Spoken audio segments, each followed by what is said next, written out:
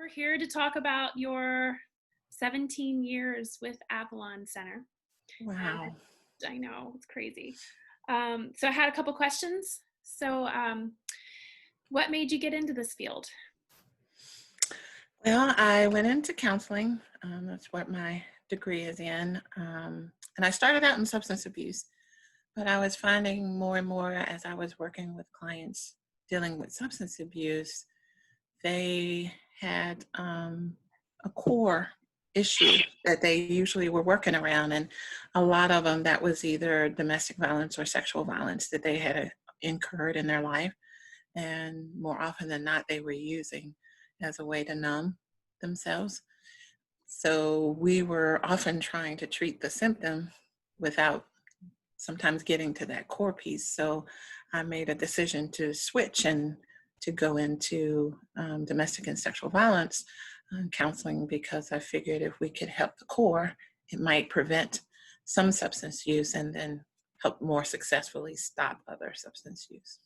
Oh, great. And we're certainly glad that you made that decision. Tell me about some of the challenges that you faced over your tenure. Oh, wow. Yeah. Well, with any nonprofit, you go through ups and downs as far as financings and grants. Some of them stick around, some of them don't.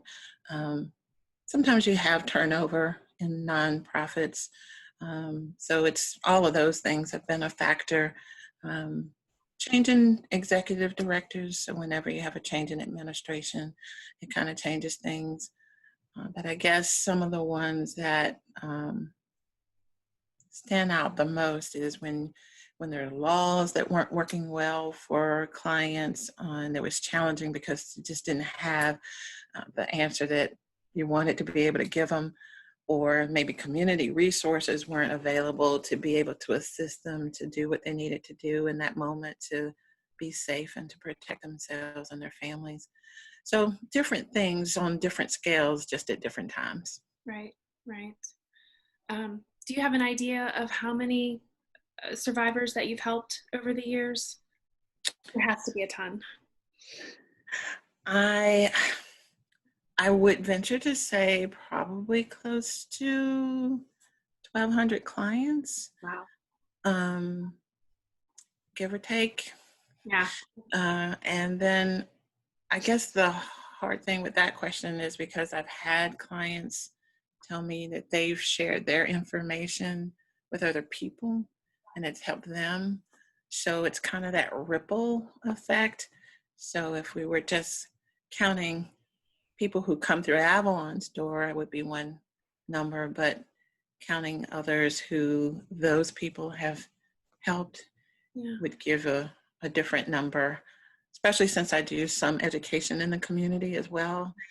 So my hope that those presentations have impacted people, which has helped impact other people as well. Gosh. So that's yeah, there is no way of knowing, but I believe that that number is growing every year. So it's a good thing. Do you have any success story that sticks out that you can talk about? Well,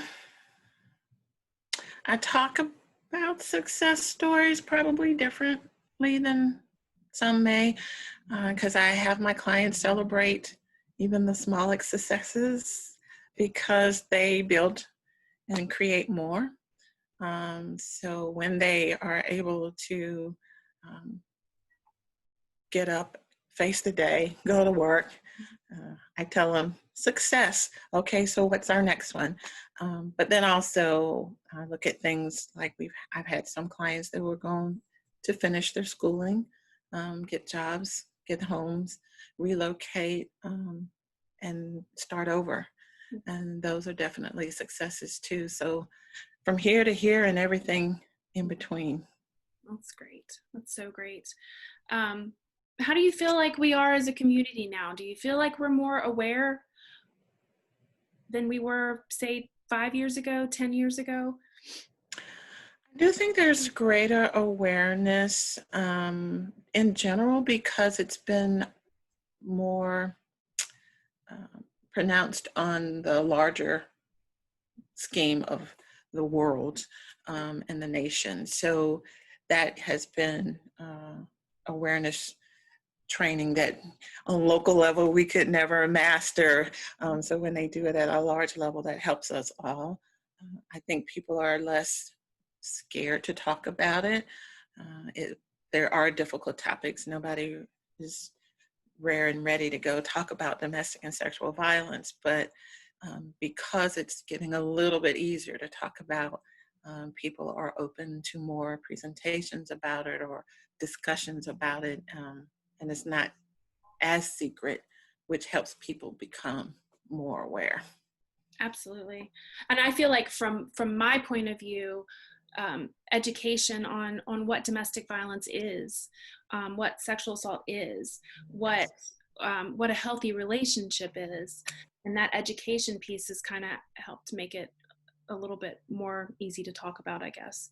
Absolutely, and especially if we can get to the younger group, and they are able to feel more comfortable with it as they're growing up, it starts to multiply, and then hopefully sometimes they are able to make their parents or guardians a little more comfortable in talking about it as well. Yeah. So moving forward with Avalon and all the work that you do personally and with the agency, where do you see us headed in the next 5 years? Well, we've come a long way, and I think right now where we are is amazing. Yeah. For us to have the large jurisdiction space that we have, and the outreach and the shelter services along with transitional and youth services, it's pretty amazing.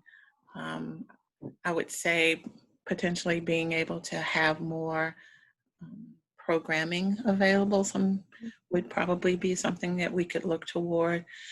You will always have to balance getting too big and being able to be at the right size to balance so that you can do the best that you can for those in your service area.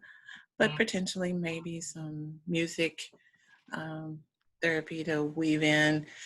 All the auxiliary kind of things right now are the pieces that would hopefully would be some of our next step. And then maybe adding some additional housing opportunities so that we can be able to get more people to safety. Great. Well, that's fantastic, Juanita. Thank you so much for your time with the agency. We couldn't do it without you, and we appreciate you more than you know. I love Avalon. I love the mission. It's not a job. It's a mission. Yep, it sure is. Well, you enjoy the rest of your day. Keep fighting. Thank you. Alrighty, bye-bye. Bye-bye.